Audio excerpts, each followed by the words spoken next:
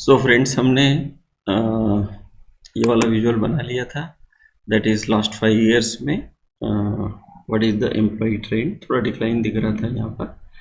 Now the next problem statement was employ filter by starting letter. So this I will do.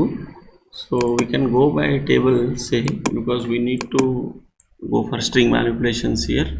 So what I will do here is I will take employee ID and say the name. So now it is showing all the names here. Okay, so I can go for filters here also, sort by this that also we can do, and at the same time I can put the filter here. Now here the name is there. Okay, so we can go for a say advanced filtering, or the say it starts with A, say, and then I will apply the filter. Now it is showing me only the names, those who are starting with the letter A. So if I increase this little font size, the things will be probably clear. That is Andrea and this. Okay, so now these are the employees in working in that food industry. What is the data of HR of the food industry, whose names are starting with A.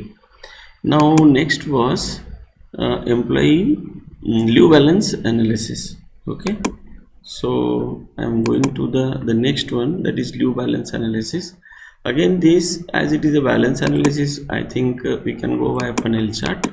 So I will take this, and then I can take employee ID also, and then leave balance, summation of leave balance, but it is a quite hodgepodge diagram, so it is better I can go by the job titles. Okay, now here I get an idea that the packaging associates and production operators.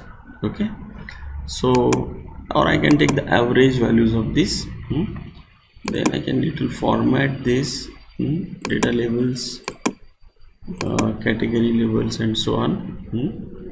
So here I see that this packaging associate, these are having 17.95 leaves as on date balance, but when you go on quality control side, they are having lesser. So there is no much difference, but still leave balance analysis is available here. So next will be, we can make a dashboard.